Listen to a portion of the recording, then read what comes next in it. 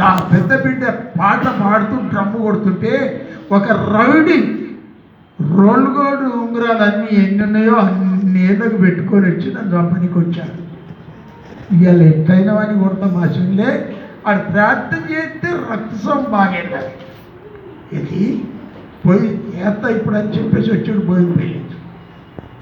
ఆ పాప పాట పాడుకుంటా స్తోత్రం చెల్లించనని పాట పాడుకుంటూ డ్రమ్ము కొడుతుంటే చూసి పరిశాన్ అయిపోయి అట్లే చూసి అయిపోయేదాకా ఉంది. వాడి లక్ష్యం కింద కూర్చున్నాడు, చెక్క పిల్ల పెట్టుకొని కింద కూర్చున్నాడు.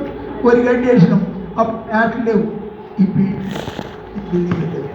ఏమి పొరిగడ్డి పొరిగడ్డి అంత అయిపోయినాక వచ్చి అయ్యా నాకు ప్రార్థన చేయమని ప్రార్థన చేసినాక నిజంగా నీకు ఒకటి చెప్పాలి, చెప్తా భయమవుతుంది, ఏమనుకోవు కదా, ఏమనుకొని చెప్పాలి. ఇవాళ నేను చంపాలనుకొని వచ్చాను. మా చెల్లె అంబిక 6 సంవత్సరాల నుంచి రక్తస్రావంతో బాధపడుతుంది. ఆమెను ప్రార్థన చేస్తే బాగుపడ్డదంట. నేను చంపాలని నేను వచ్చిన, ప్రార్థన చేస్తే బాగుపడుతుందా, నేను చంపాలని వచ్చిన, ఏం చేయాలి? కానీ ఆ పాప పాట పాడుతుంటే నా హృదయం కదిలిపోయి ఆ స్వరము, ఆ పాట, ఆ మధురముకి ఆమె కదిలించేసింది. నేను రక్షించబడ్డాను, నాకు రక్షణ కావాలి, యేసు ప్రభువుని నాకు చూపించబడ్డాడు. ఏడున్నాడని చూపించాలి, ఎక్కడున్నాడని చూపించాలి. యేసు ప్రభు నా లోపల ఉన్నాడు.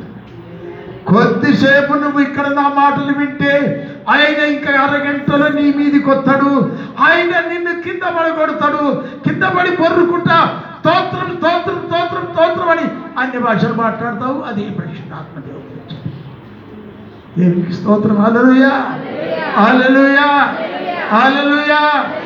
నేను చెప్పే మాటలు నచ్చుతుంటే దేవునికి స్తోత్రం చెల్లించండి. నచ్చని వారు దేవునికి స్తోత్రం చెల్లించండి గట్టిగా.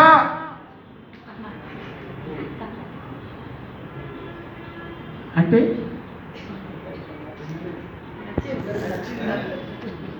నచ్చిందా? ఏదంటూ నచ్చిందన్నా అందుకే ఎవరు రక్షకులు పుట్టారు. ఒక్కొక్కరి కొరకు రక్షకుడు పుట్టారు. నీ కొరకు రక్షకుడు, నీ అమ్మ కొరకు రక్షకుడు, నీ బిడ్డ కొరకు రక్షకుడు, నీ భర్త కొరకు రక్షకుడు, నీ యజమాని కొరకు రక్షకుడు, నీ బిడ్డ కుమారుని కొరకు రక్షకుడు, నీ మనవడి కొరకు రక్షకుడు, నీ మనవరాని కొరకు రక్షకుడు, అందరి కొరకు రక్షకుడు పుట్టాడు. ప్రతి ఒక్కరిని రక్షించడానికి వచ్చాడు. ఆయన వచ్చిందే ఎందుకు?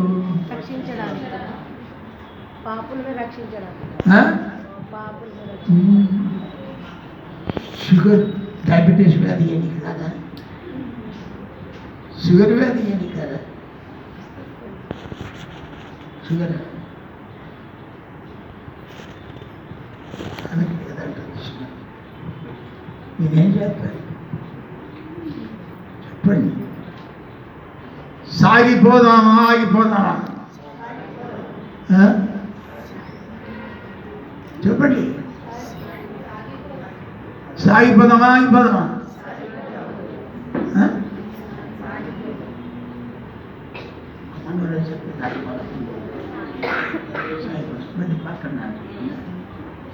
ఈ పక్కన ఆగిపోదామని చెప్పి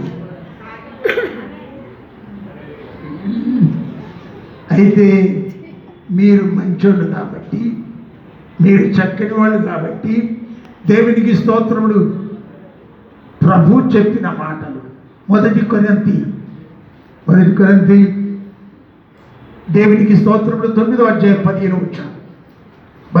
2 కొరింథీ 9వ అధ్యాయం 15. 2 కొరింథీ 9వ అధ్యాయం 15వ వచనం. చెప్ప సైక్యము గాని ఆయన వరమును గురించి దేవునికి అయ్యా చెప్పండి. ఈ అయ్య ఏమని చెప్పాడు? నేను మీకు ఏ సహాయం చేయాలన్నా నేను చేస్తాను అన్నాడు. మరి ఏదన్నా కష్టం వస్తే ఈయనకి ఎవరు సాయం చేయాలి? మీరందరూ విషేతరా వన్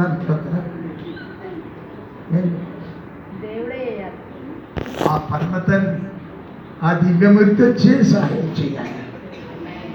నా కుమారుడా, నీకు నేను తండ్రిని ఉన్నానంటాడు. నేను నిన్ను బాగు చేస్తున్నాను. ఆ పరమ తండ్రి, ఆ పరిశుద్ధమైన దేవుడు, ఆ దివ్యమూర్తి